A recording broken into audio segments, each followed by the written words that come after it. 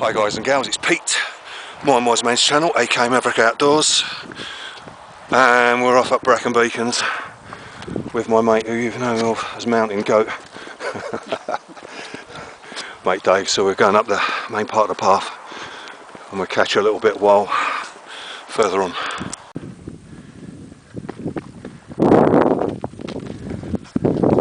What you got everything, Dave's just checking out his pockets. We'll double check before we started out, but we just come over that brow. We were right down there, come over, and now we're coming down this bit. We've got to head somewhere over there.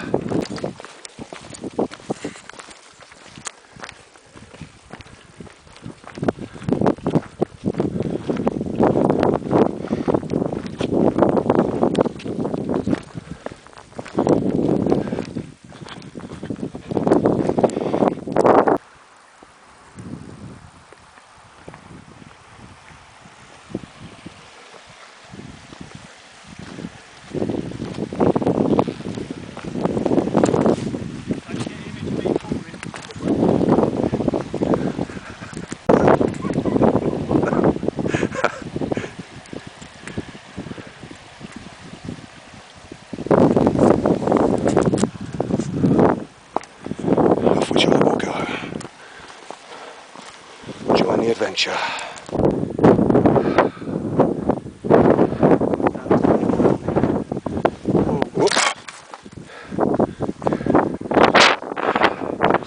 Right, we walked into the mist.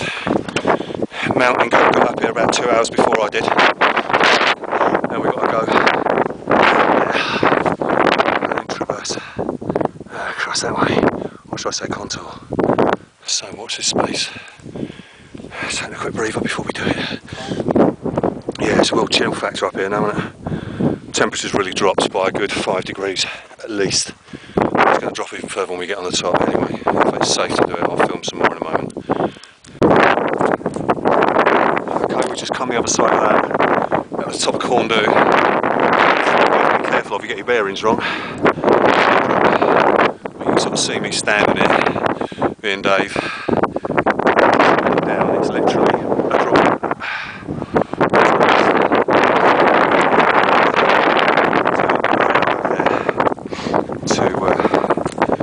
I found that for me to say that tab up them slopes was hard graft is an understatement. So this is quite orgasmic actually. Walking on. Yeah, nothing to do with Dave, me feeling orgasmic. It's down to the terrain. But we're going to go yonder up there.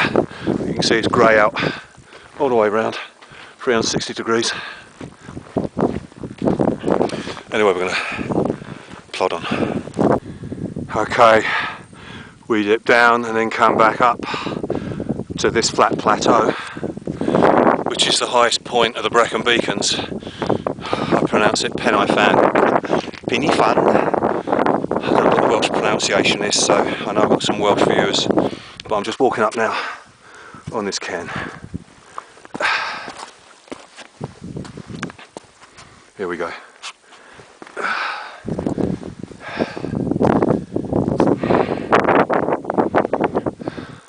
But you can see no views around here. Ah, that looks interesting. Someone's put a memorial poppy crucifix, and it looks like there's one over there. I'm just going to check it out, but I don't want to invade anyone's sort of privacy or anything like that. But it looks like something's been placed over there, so I'm just going to check it out. Someone's obviously come up here to pay their respect, because a lot of military train up here. The SAS lost 3 guys in May this year, 2013, due to heat exhaustion, but it was in a slightly different part of the Brecon Beacons. But you know, that's what it's for. This sort of terrain for the training. Me and Dave, that's why I call him Mountain Goat, and he's trained with some of the best people. So he's just gone to recce for some of the best route, but you can see there's just a sheer drop down here. So I'm just going to brace myself with my foot. But down there, it's literally straight down. There's no miss you stepping down there and you're gone. Same down there as well. So how's it, Dave? Sussed it out? Yeah, we got it, yeah. Right, so we just paid sort of a bit of due respect to some people that put their poppy crucifixes up here. Anyway, let's get back to the plod.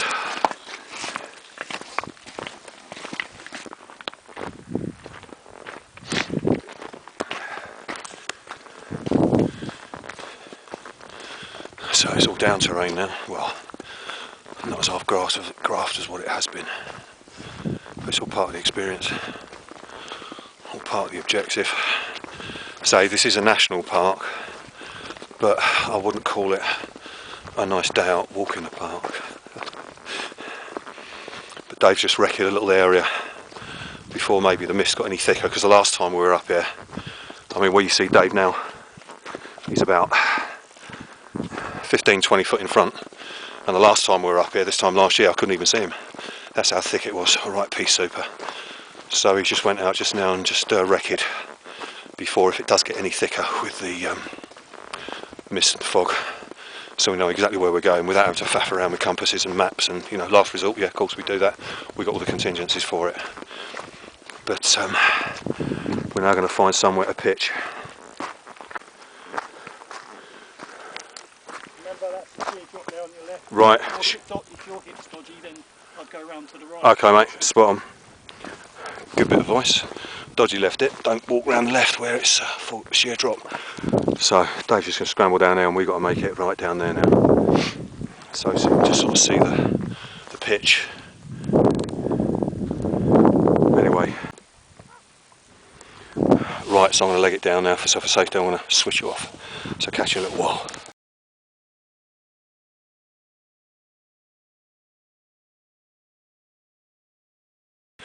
Okay, it's not too misty. I mean, I don't suppose you can see me very well, but cribbing is over there as my finger waves. There's a sheer drop, if you can see my hand going down like that. Penny fan is sort of behind me up that way. There's a valley right down there, but we're thinking of pitching between sort of somewhere there, but cribbing goes up. You can see my finger in the mist, but actually cribbing actually goes even higher, but the mist is covering it. So must be the next shot I'll try and do is, once we set up bashers and tents and what have you, then I'll have a bit of light and show you inside my boudoir.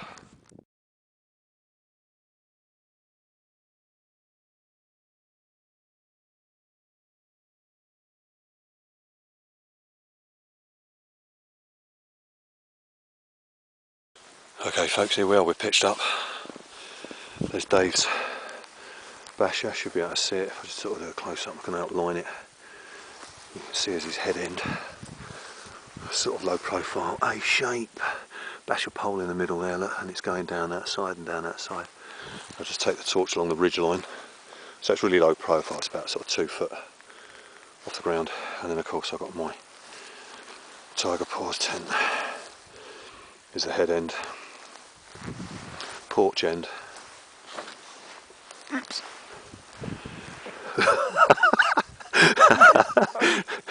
Trying to film and nearly tread on Dave's guy line. Trip over, fall on top of it and collapse in a heap on top of Brecon beacons. Madness. So that's the inside, and then that's the length of it, foot end. I'll take you inside. Here we go. A bit easier to see because the white lining of the internal skin is white, so it reflects the light, so it's easier to see inside. But I'll just bring the MRE pack round. It's an American issue. You can see there, I opened it up, but I've just put a bit of gaffer tape over it to seal it again. But it's known as Menu 9 Beef Stew MRE. And then inside it there's loads of bits and pieces, but I'll just open it up.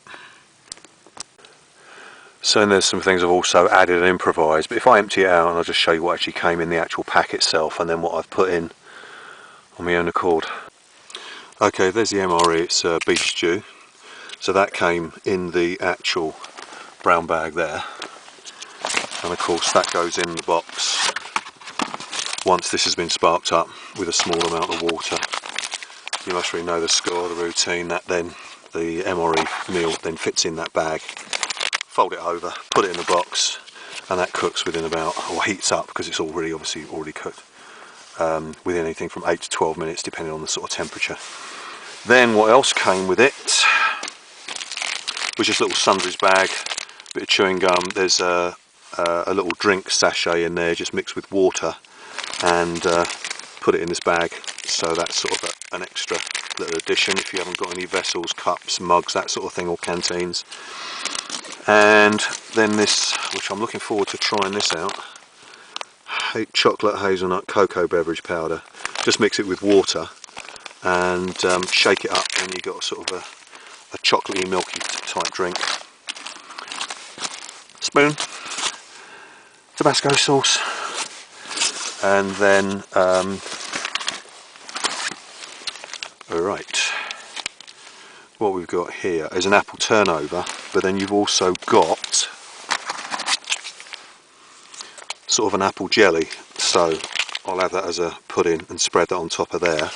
But then also you've got a wheat snack, sort of a bread thing, all sealed up with some peanut butter. But that's going to be my breakfast tomorrow with something else that I bought separate, which is this, which is like a porridge, and I've got some almonds which I'm going to mix in with it as well. So all I've got to do is just add boiling water into that, mix it up, so that's my porridge. Then I'll have that bit of carbohydrates. But then what I did actually add to it is the other MRE that you'd see me when I did Wayfarer's Walk the other week. Some tomato sauce, sweet chilli sauce, and then my magic box. You've seen me use that before with all my spices and what have you. And then some beef jerky, which I started getting into this. High protein, great stuff, have a nibble of it on the trail. So I added that in with it as well, extra additions. And I also bought this off the internet. It's in a maple syrup bun. Again, long life, normally military issue. Yeah, all good stuff. So, but I brought maximum 3 litres of water with me. You know, that's still sort of 3 kilos in weight, a kilo per litre of water. But tomorrow, when we leave here, we're on the edge of the small mountain. We're going to go into the woods, but it'll be a bit different. So hopefully if we can procure some firewood, then we're going to cook over a fire as well. But we've got sort of back up with the old gas butane stove. So yeah, so we're using that. Oh yeah, forgot to say. Every trekker or trailer or rambler always gets the old, I'm not going to say it because it's not product placement, but you can see what it is, and we all know what they are, and they're all sort of ready cooked pies or sausage rolls, so I bought that to have a snack as well. Yeah, just one final little thing about MREs. You know, a lot of people might think, and also I think the same thing, that if you take wet food, then you're carrying a lot of weight. But then if you're taking dehydrated food, to be lighter weight, then you've got to get the water from somewhere. So of course, you know, sort of military mentality behind eating is totally different from civvy street. So of course, you know, you might take low weight, small size food, but then you'd source the water from a natural source, whether a stream or, you know, when you're out on objective or whatever.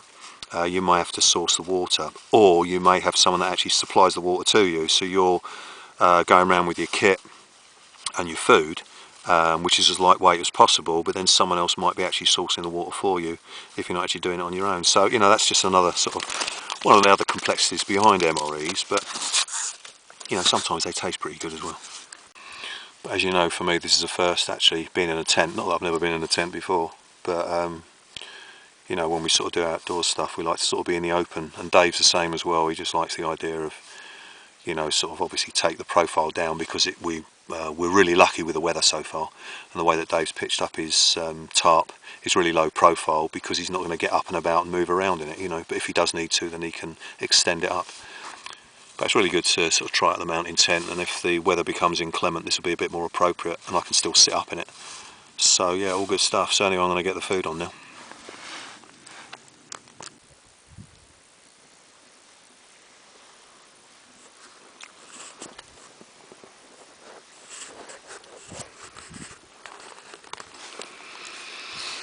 Okay, so I just had some scoff, had the beef stew, heated that up, that came up nicely. The apple turnover weren't too bad either. I didn't put the apple jelly on it, I'm going to put that on the peanut butter bread stick tomorrow.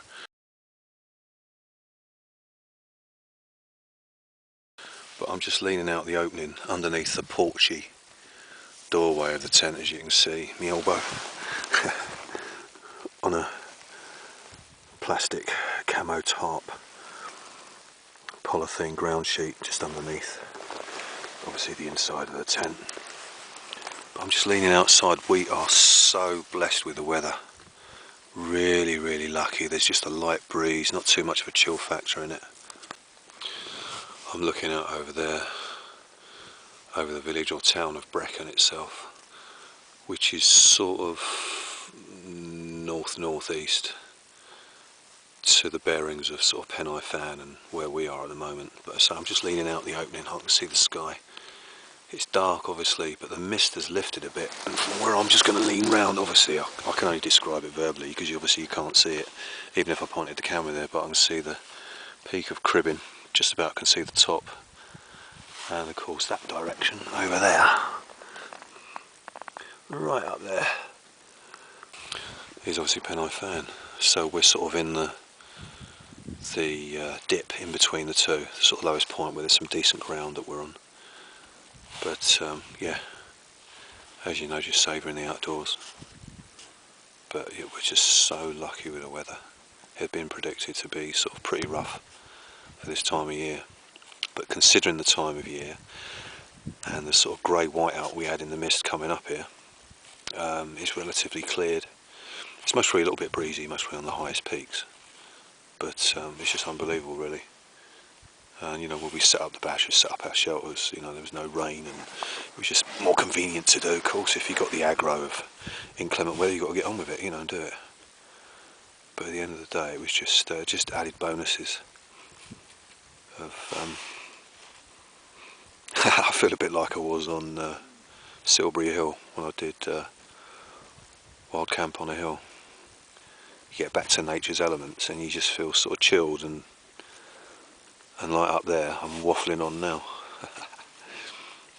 But yeah, just leaning outside, making the most of the fact that it's not gunky weather and it's really mild for this time of year, and the terrain and the place that we're on, it's sort of like tropical weather really in comparison to what Brecon Beacons is supposed to be normally like. But yeah, it's just savouring it and making the most of the fact that the weather is nice, so hence just looking out at the sky and taking the vibes and see all the lights in the distance.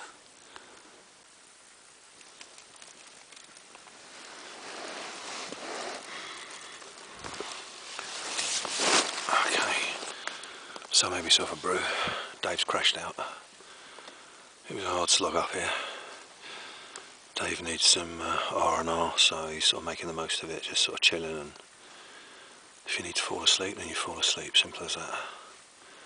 But I'm still sort of pottering about, leaning outside the tent again, looking up, and totally silent. One aircraft came nearby about just as I was actually making the brew, but there's no sort of flight path, well not this time anyway, not today. So there might be just a little bit of breeze, you can hear rustling in the grass. It's really peaceful, and knowing that we're the only ones up here. There might be some midnight ramblers or trekkers later on, or the first thing in the morning. But unless you're a bit hardcore, then you're not going to be sort of coming out, unless you're on this sort of wavelength really, just coming out and being outdoors. Whereas sometimes people, when they were going to go outdoors, they sort of want another stimulus at the same time. But like I was saying about Town in the Woods, which I've mentioned a few times since making that video, it's all about being in the moment where you are. People ask, you know, why? Because you can. So anyway, I might settle in a little while, but I'm just going to finish brew. It was like an instant coffee, sort of one of these flashy sachets, not an all-in-one, sort of coffee granules, and then about I think 15% actual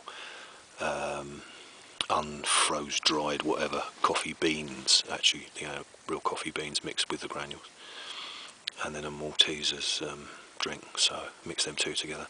So I've got a nice malty coffee and some sugar in it with replace all that energy, but the MRE I've eaten, that's about 6, nearly 700 calories, and I've worked out the calories I'm having for tomorrow's breakfast is about 650. So as with all these sort of military issue foods, they're all high calories to keep, you know, to keep the lads, guys and gals on the move, you know. So it's not the best of cordon bleu food, but you know, over the recent years I think they've sort of had to bring it up to scratch and make them a bit more decent, so that was handy, using that without having any, you've got no cleaning to do, no pots and pans, mess tins or anything like that, and the only utensil I've used is the stainless steel kettle, and that don't need rinsing out, and even if it does get a bit contaminated when you boil up the water, it sort of will clear it out anyway. So, but anyway, I'm going to finish my brew and then I might settle for the night. So if I've got nothing to say, or sort of highlight while it's still night time, then catch you in the morning.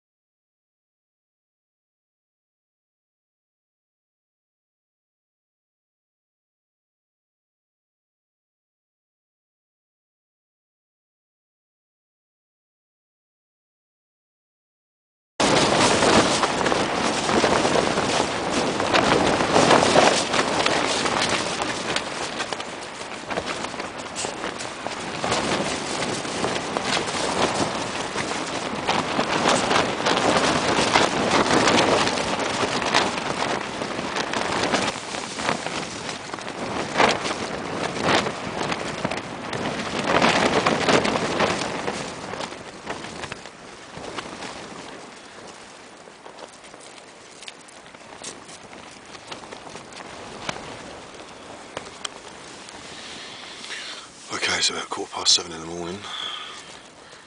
As you can see in here, this whole wind's kicked up, so let's hope the fixings stay put and the objective does its course, staying sheltered.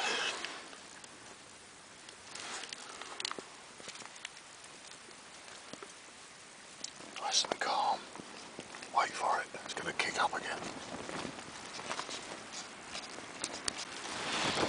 Dave had to take his sponges off the side of his tarp and fix the lower edging of the tarp right onto the ground so there's no void. So he's just got the opening at the foot end and the head end. Yeah, we're taking a bit of a battering at the moment.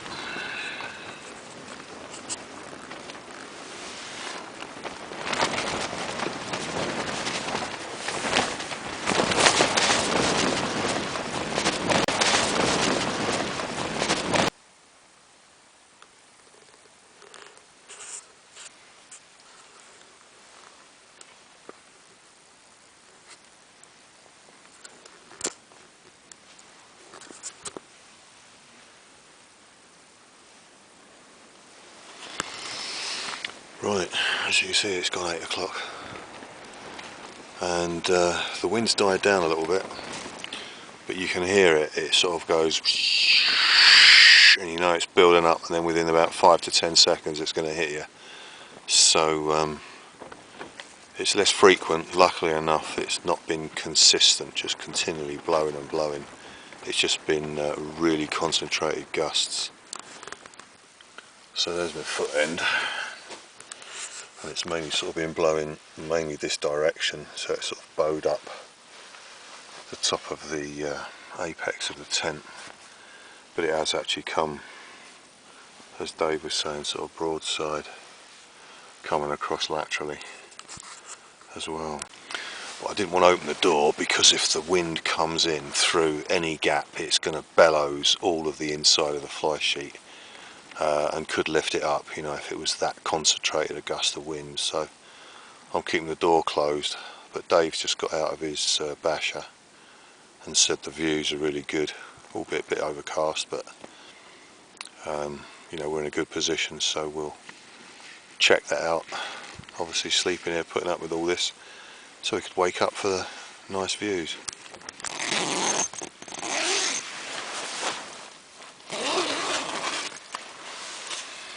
Right, I'm going to wait for the wind to die down, then we'll have a look outside.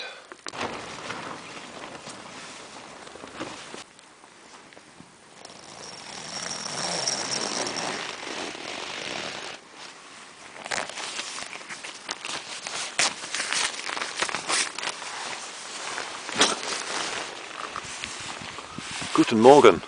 Not me. Oh yeah.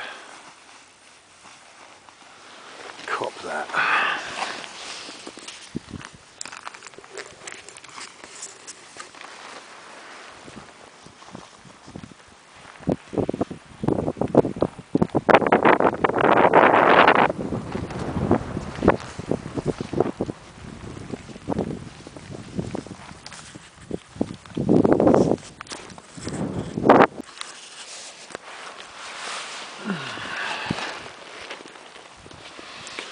So Pennine fans way yonder over there,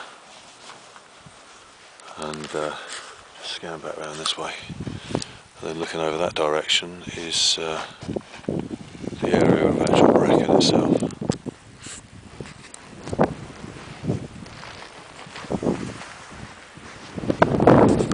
And there's the majestic cribbing.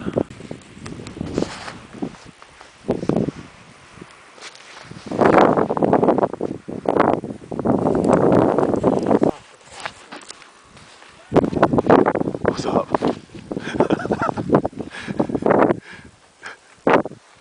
Pack something away, or ain't pack something away? No, it's that bouncing bomb trying to get in this stupid balloon.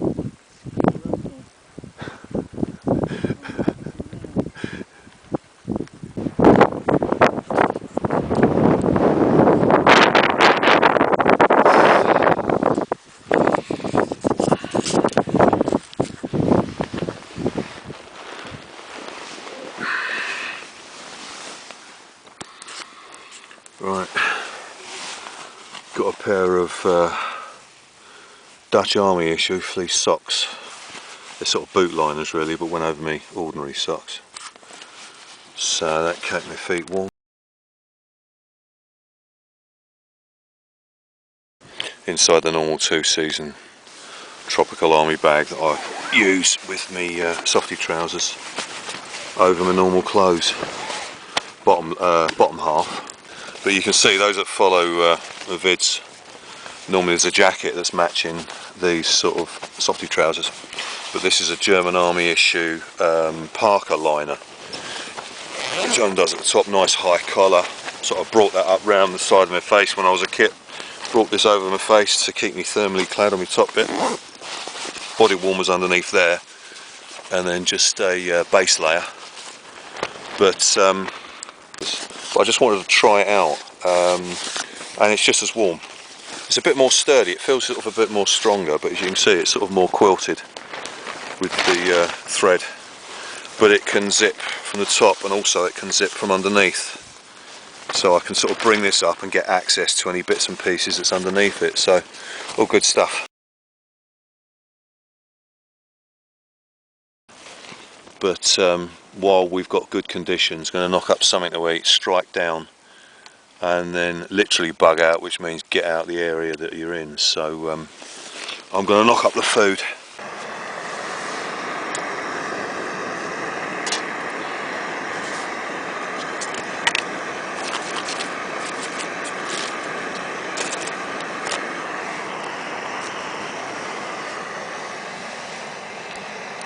My Bergen's just outside your tent, mate. I'm just going to have a quick walk up that crib in there. Okay, mate.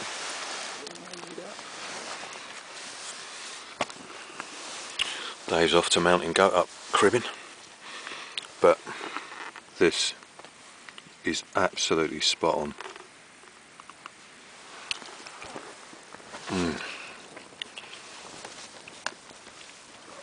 Really convenient, no washing up.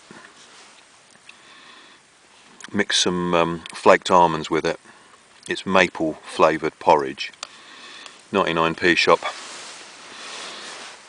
Coffee, one of the all-in-one, 3 all-in-one coffee mixes, and then the other one which is coffee granules and also ground coffee beans. But that porridge is going down well. You know, I normally sort of scoff a load of beans and toast, and what I'm going to have after that is the wheat snack, which is about the size of my palm of my hand. Then spread peanut butter on it, and then the apple jelly on top of that. And that in itself, all of that is comes up to just over 600 calories with the sugar that's in the coffee as well. So that'll keep me going. But that porridge is yummy.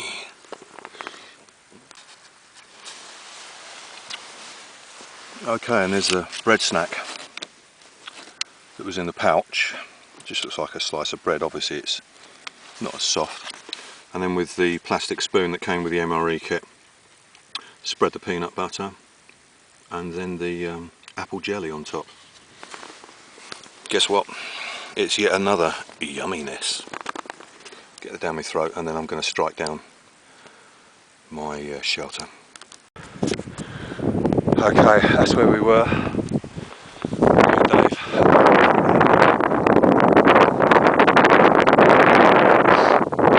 So,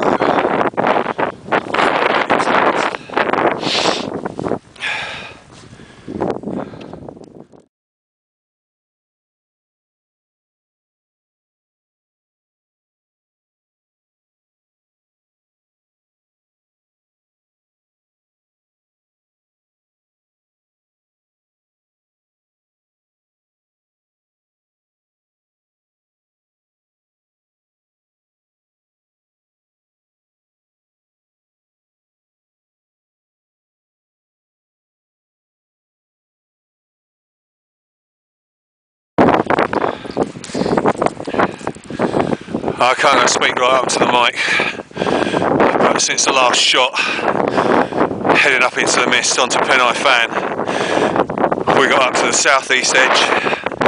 Dave got blown off his legs, tried to shout back to me to take care, and literally an angle like that. So it was basically half hour on all fours, then going across Pennine Fan, but the wind was absolutely hurricane, worst I've ever been in. It was dodgy up there, well dodgy. From scrambling on all fours, literally on my hands and knees I was, and lucky enough Dave shouted back, because I could have easily walked up and seen him, and it would have blown me right back, and that would have been it. I don't know what would have happened. But anyway, it's a bit clearer now. But that's the adventure.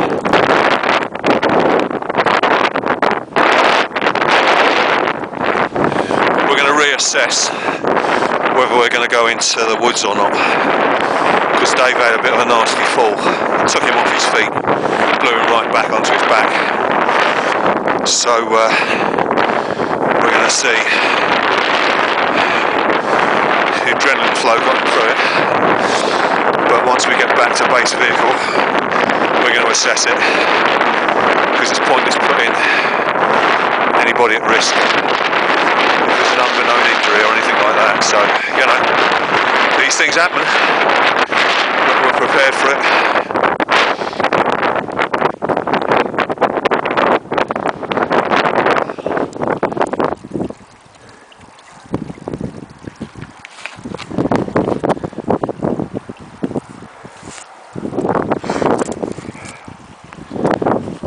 Okay, we took the northwest path coming down from Corndu, and you see the wind has cleared, the sky's cleared a bit.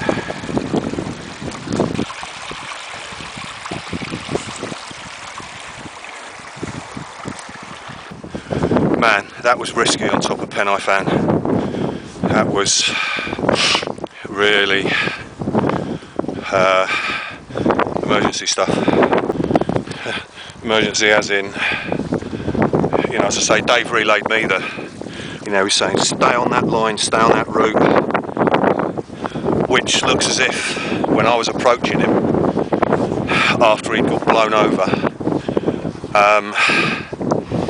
his priority was to let me know that I was walking into a wind trap, which I might have actually assessed and been out of suss as I got into it, but coming up a 45-degree angle for like 40 minutes had knackered my legs and I was feeling tired, but you know, still having to be focused.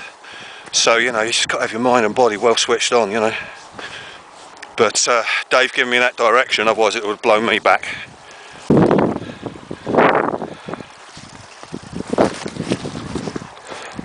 Back to some nice picturesque views.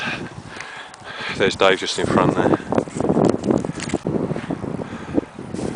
And we're going to go in between that gap of the trees, sort of just in there.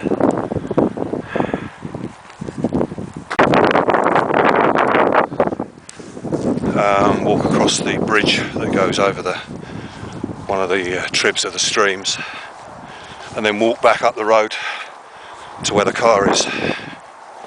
But yeah, that was an experience. We're going to reassess as well whether we're going to go into the woods or not. The adrenaline that kicked in, kept Dave on the go, has petered out a little bit now, so he's starting to feel uncomfortable down the side of his body, but you know, these things happen. But luckily enough, just by chance, when he started to feel the wind kick him, and it's happened to him before when he was in training, let's say with the military, same thing happened with him and his brother and one of his oppos. They were going up Corndoo, wind just whipped up and threw all three of them back about 12 foot. You know, and these things happen up here. So of course from that experience, he just knew as the wind started to kick up and he started to fall back and come off his feet, he unclipped the old rucksack so that it wasn't going to make it awkward for him to break his fall. But I say it's still strained, so if he hadn't done that, it might have been even more of an onus. But anyway, but yeah, that was an experience, and I've not done that before. Been literally on all fours, and your life is in your hands, literally, of both hands and both knees. Because if you ain't doing that, then you're going over the top, and that's what would have happened. So yeah, all good stuff.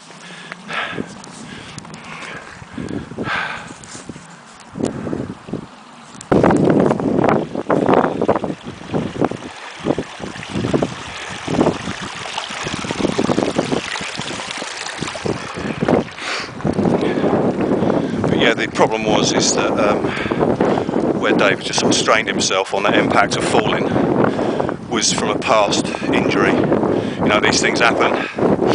You know, you have a severe injury from the past, it's always going to be a bit vulnerable. But it's just having your body awareness to either not do anything because of the injury when you've got over it, or you plod on and decide to get out there and do stuff. And we certainly did.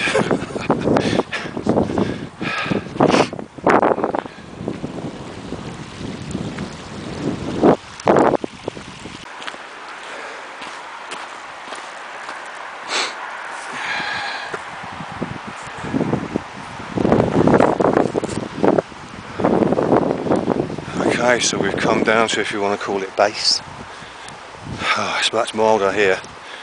I say, if I'd have had the chance, I'd have loved to have filmed the bit on the fan and then contouring around the southeast edge of Corndoo, but it was just too risky. I could have been talking like this or getting the camera and bang, I'd have gone over. And literally it was like down on all fours like this. Oh jeez. So, but anyway, back to some nice watery scenery.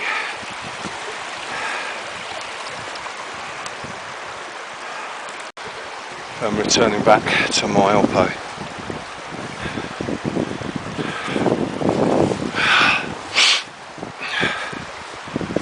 So we've got a cherry red head and face now.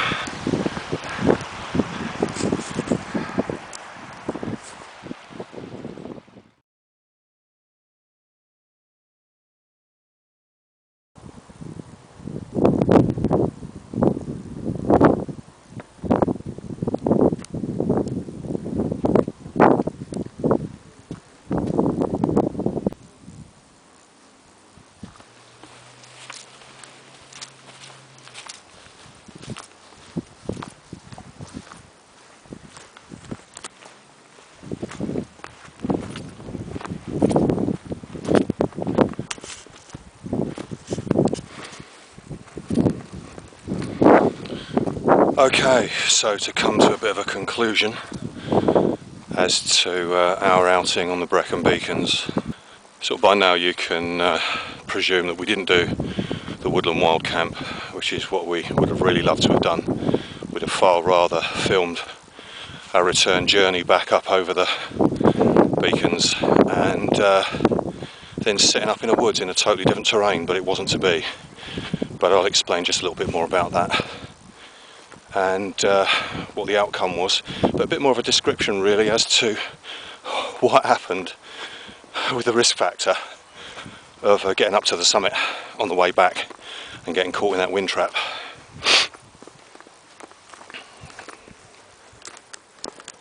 So as you can see, I've come up to one of my favourite local places here, the ancient Roman wall of Civvy in North West Hampshire, and all across there, basically as far as you can see, was nearly 2,000 years ago, totally occupied by thousands of people, from Roman legions to hierarchy, aristocratic Romans. But anyway, that's besides the point. The reason why I've come up here is just to be outdoors and to share with you really what happened, because I know a load of people have been following the prep in when I went up Wayfarer's Wall, preparing the mountain tent and all that sort of thing, to then have a total contrast of terrain going in the woods.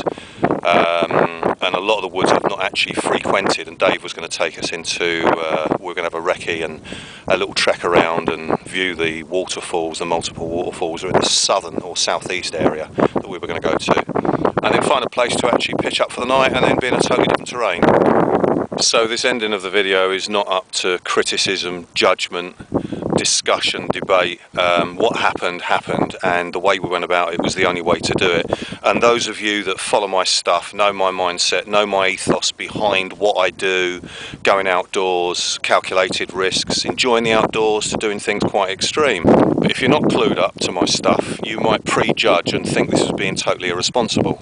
And you know, we were playing the hero or being gung-ho, far from it.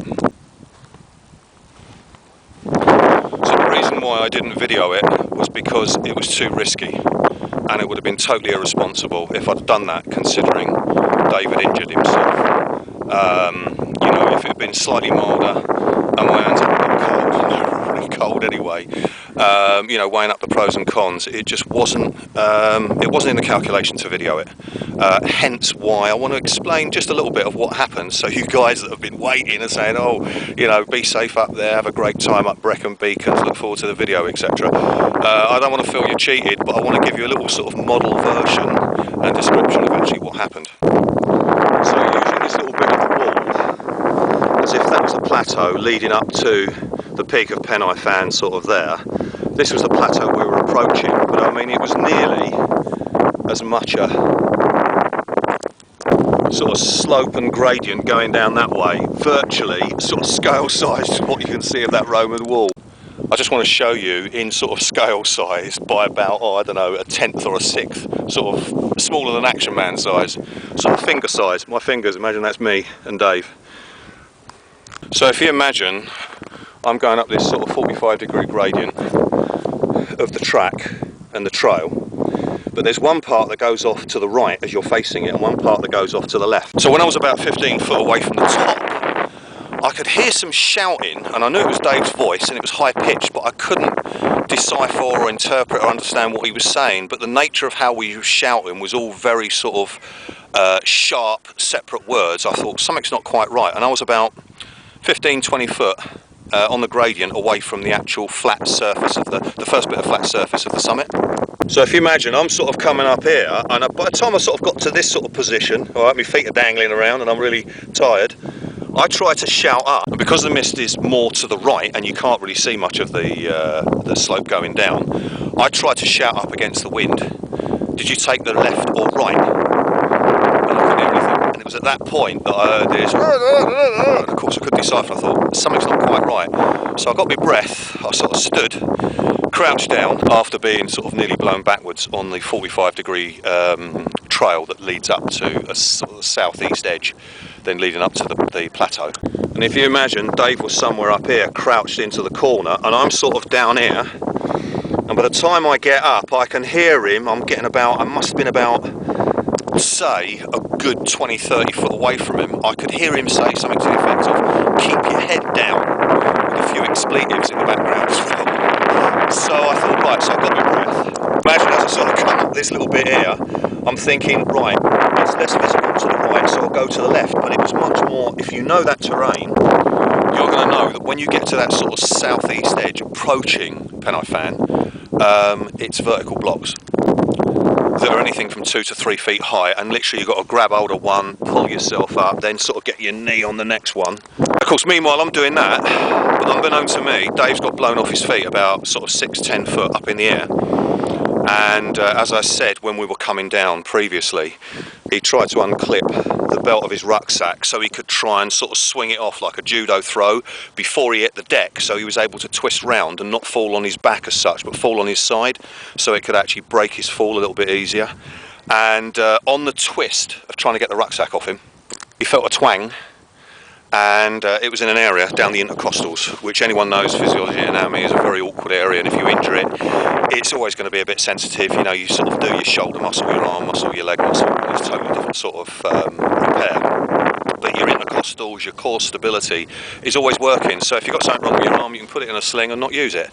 But the intercostals are very hard to sort of like repair and get back on course to working normally. So of course what had happened was he'd ruptured and pulled a previous injury. But stay with us, this is all going to make sense. So of course as I'm coming up, he's crouched in the corner somewhere over here, and as I've brought up my head, he's facing me and said, get down, stay down.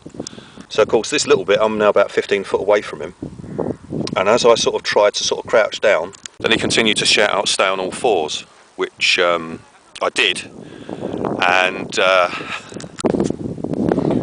so if you can imagine, Dave's over here scale size, I'm sort of trying to struggle to get up here. By this time I know I've got to get down, and I sort of, as you do with your rucksack, when you're leaning down, you want to sort of just get up, re-stabilise yourself, then go back down again. And I tried to do that, and Dave said again straight away, don't get up, stay in that line.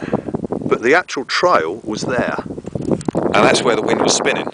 So of course if I stayed sort of to my left of the trail by about sort of 3-4 foot, there was sort of a little hump of earth, a little bit like that, which sort of enabled you not to have the 360-degree wind sort of whirling around you.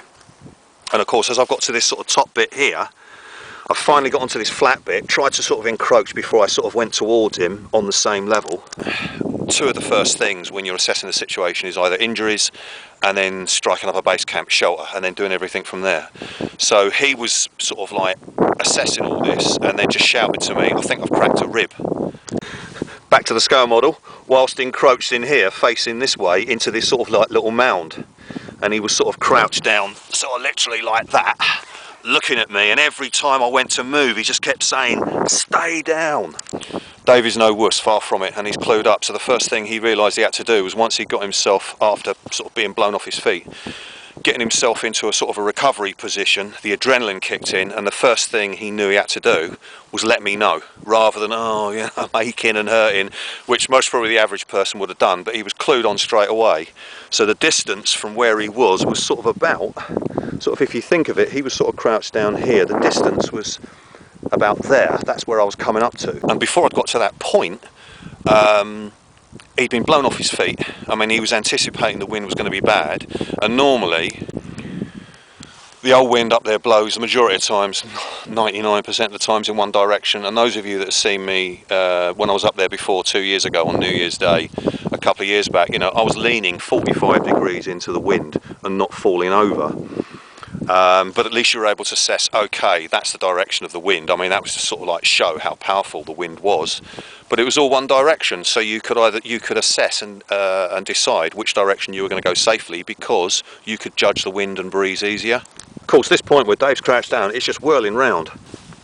So when I sort of tried to readjust, when I was on sort of literally on all fours, keeping my head down, even if I'd have taken the rucksack off, it would still blown me. So as I got nearer to him, about, I'd say about 10-15 foot away, where we could sort of hear what each other was saying and then sort of interpret the words basically, first thing I said to him was, you know, can you breathe?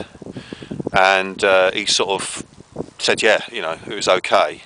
He said if it's not his rib, it might be just he's pulled his muscle. but I knew that, you know, knowing Dave, that it wasn't just something that was, all right, let's just hop along and get out of here. You know, it was something we had to assess. So then I stayed on all fours, and the slightest, you just have to lift your head up, and the wind just sort of caught you and pushed you back. Anything that had a slight protrusion, your shoulder, taking your head out of alignment, if you didn't stay in that little sort of rounded ball on your knees, and that was it. I was going over down there, literally. And basically, if it wasn't for Dave's quick thinking, I'd have probably gone over the edge. And at best, sustained a very nasty injury, if I was lucky. So then I said to him, you know, what do you reckon we should do? Should we go back down the way we've come so that we don't stay in this wind trap? But then basically, cut a long story short, we assessed that if the wind had kicked up that bad, then we'd be exposed even worse going back down than what we were when we went back up. Because we sort of like knew the terrain, and we had to come to a quick conclusion, literally, to sort of say, right, well, you know, shall we add another 3 kilometres back onto the journey for the sake of getting out of this wind, which was, you know, the riskiest thing that both of us experienced, and I'm saying Dave's experienced with a lot of these things. But, you know, these things happen, and it just seems that this little whirlwind wind trap had our names on it that day for that half hour or so. So the next concern was, I said, you know, within 5-10 minutes, our body heat will start to cool down, and if we don't move, we could get symptoms of hypothermia. And saying all this was going on within half an hour of being up there, from when Dave had been knocked off his feet to us eventually getting off of the plateau. It was a good half hour odd of just sort of being as careful as we could. So we sort of recapped on the strategy of what we were going to do, and I say this was all within about 10 minutes, and until we could actually then start to move and then think, right, okay, this is what we've got to do, there's no going back down, we can't go across, we've got to literally try and sense the wind. So when it did die down, it was a bit like from 5 o'clock in the morning when it whiplashed our shelters. It was just sort of zooming up, then it calmed down, it wasn't continual. So of course we agreed that we'd wait for the wind to die down a bit, still stay on all fours, try and time it to see if there was a rhythm to it, and then sort of crawl and move when it wasn't blowing. So then of course my concern was making sure that, you know, Dave could still move. So again I said to him, I said, how's your breathing, can you breathe okay? And I think he was then, everything had settled, he knew that I was alright, he'd passed the information to me, and then we both got on the same sort of vibe as far as, right, you know, this is what we've got to do next. So back to the scale model. I sort of crawled up along there, Dave was sort of there, then we sort of got closer together. And at one point we thought, you know, were we going to have to sit it out? But if we did, then we'd have got cold, and then, you know, hypothermia might have set in. I know somebody very well who was on a military exercise on the Brecon beacons. The same thing happened, but actually it was during the winter weather where there was snow. They got trapped. A guy just happened to be a bit sensitive to a little bit more than the average person. He got hypothermia, and this person I know very well saved this guy's life by you know, covering him up, getting a couple of other guys in, and they just had to weather the storm for a little while, and then eventually dragged him off. But you know, these things happen. We weren't expecting it, you know, we didn't do it so we could experience that. As I say, I would have far rather us been out to go in the woods, but my priority was also to sort of put Dave's mind at rest as well.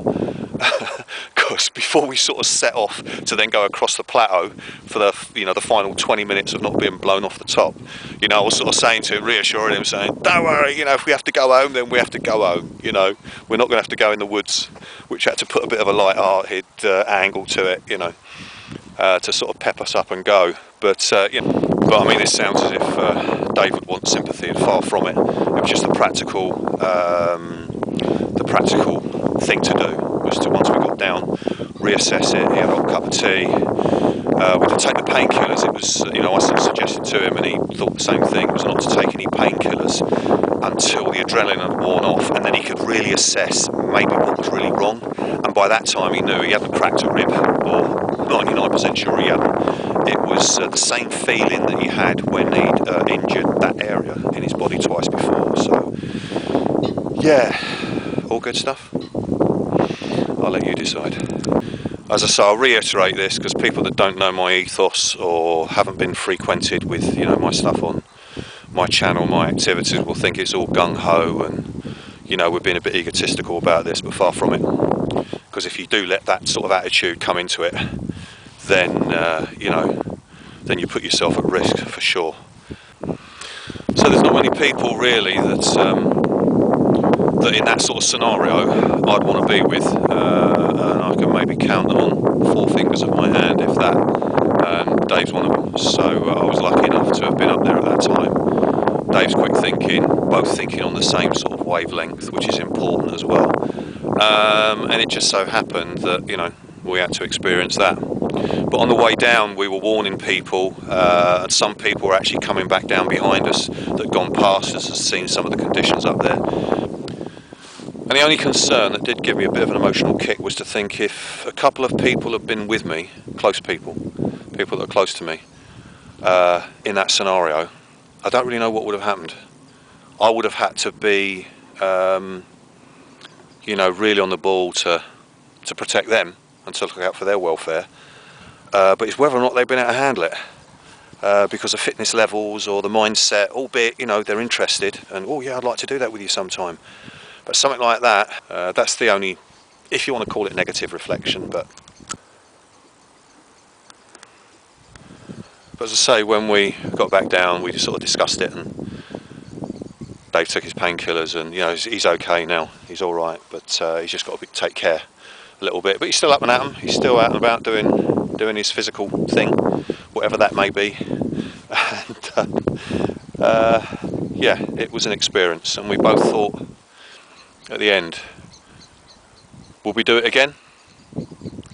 What do you think?